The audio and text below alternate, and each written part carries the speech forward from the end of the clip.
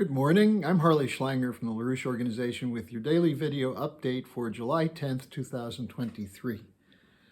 Well, I had the privilege last weekend of attending the first live International Schiller Institute conference in over 3 years, which was in Strasbourg, France.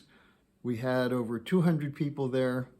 We had 30 speakers from at least 16 countries, which included diplomats, elected officials, civic leaders, artists, musicians, and scientists.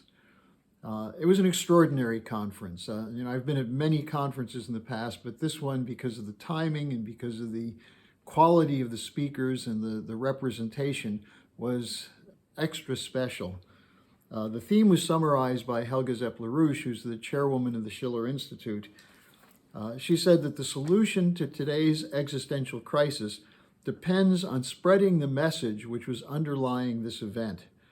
Open discussions of the beautiful ideas produced over thousands of years. We demonstrated that people of different cultures can communicate because we were preceded by people of ideas, artists, scientists, philosophers. And we must join together to counter the war culture that dominates the transatlantic world, and instead to create a new renaissance. We face a dangerous escalation in Ukraine right now.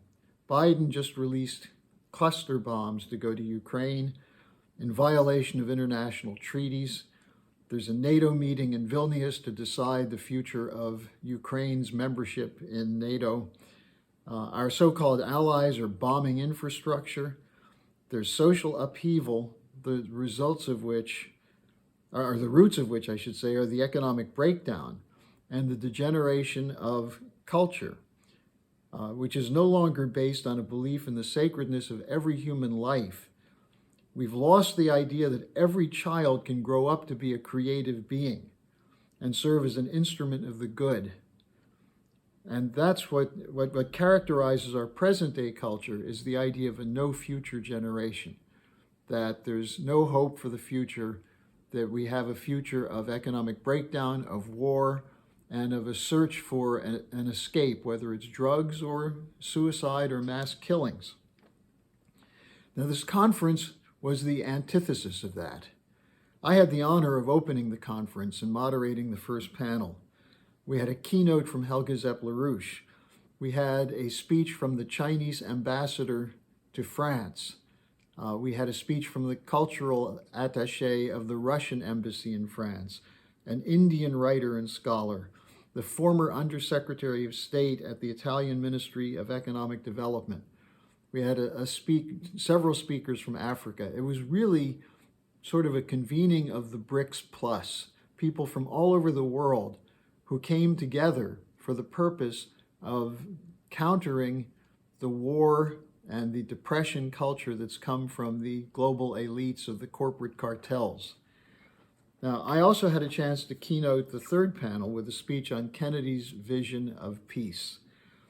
As the videos become available, I'll post them here for you, but I would highly recommend that you take the time to go through it. It was 2 full days of very profound ideas, a lot of things that you have never heard that are kept out of the mainstream media.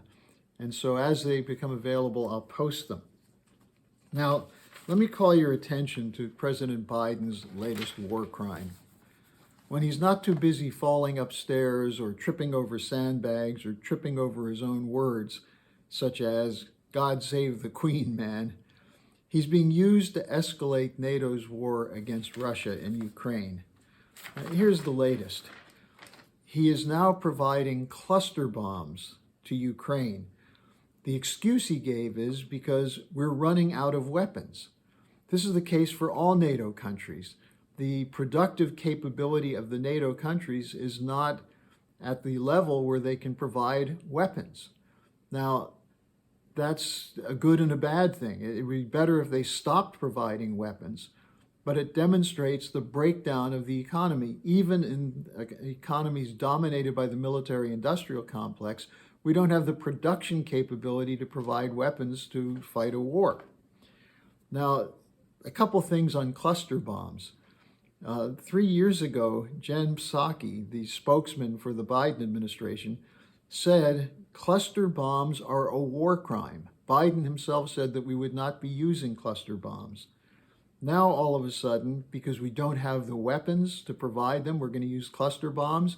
What happens when we run out of cluster bombs? Are we going to use tactical nuclear weapons? This is the kind of slippery slope that can put the world on the quick track to nuclear war. Now, there was an international treaty to do away with cluster bombs, to make it illegal to use them. This was after cluster bombs were used on Serbia in Europe by NATO, in Iraq, and elsewhere. The U.S. stopped using cluster bombs in 2003, and there was a treaty signed from the Convention on Cluster Munitions, which said they must never be used. It was signed by over 120 countries. 21 of the 27 European Union states signed the treaty against cluster weapons. 18 of the 26 NATO members have signed this treaty.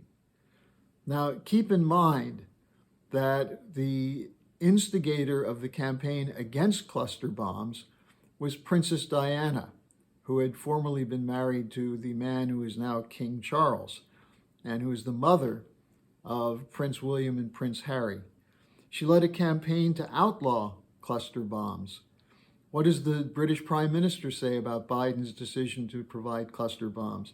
He said, well, Britain discourages the use of cluster bombs. Discourages? You signed a damn treaty to outlaw them. Can't you speak up? What about the sons of Diana? Will they speak up? Biden is going to be in England today, meeting with King Charles, Sunak, and others. Will any of them speak up about this? Will any of them remind him that he's violating a pledge he made several months ago, that he's violating international law in doing this?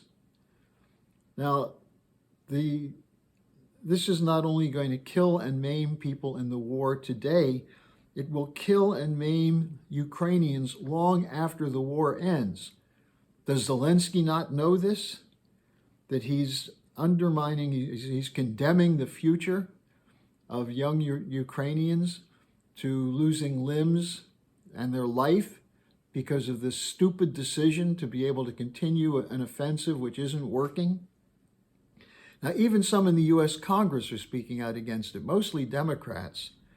The Republicans are speaking against some Republicans are speaking against the expansion of NATO, but it's too little. There's no alternative coming from them. And so Biden is moving ahead step by step, escalating a war. And what's the ultimate intent of NATO policy? To break apart Russia, which is not going to happen. The Atlantic Council, one of the leading think tanks, most well-funded and so-called influential think tanks in the West, just put out a statement over the weekend on 4 scenarios for Russia. The first one, after the Prigozhin mutiny. The first scenario, Putin is severely weakened.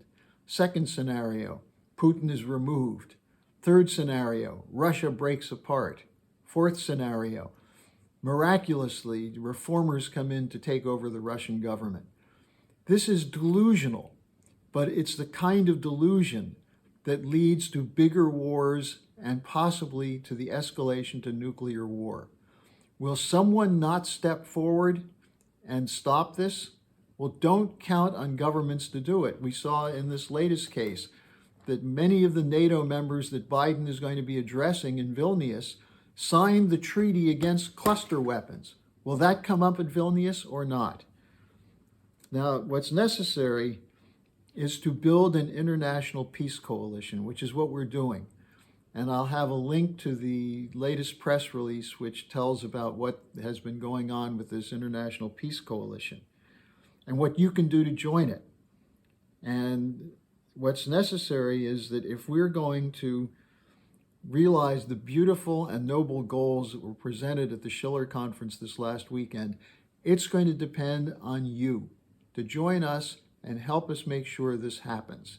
Take the power out of the hands of the war hawks of the military-industrial complex and the global corporate cartels that run them.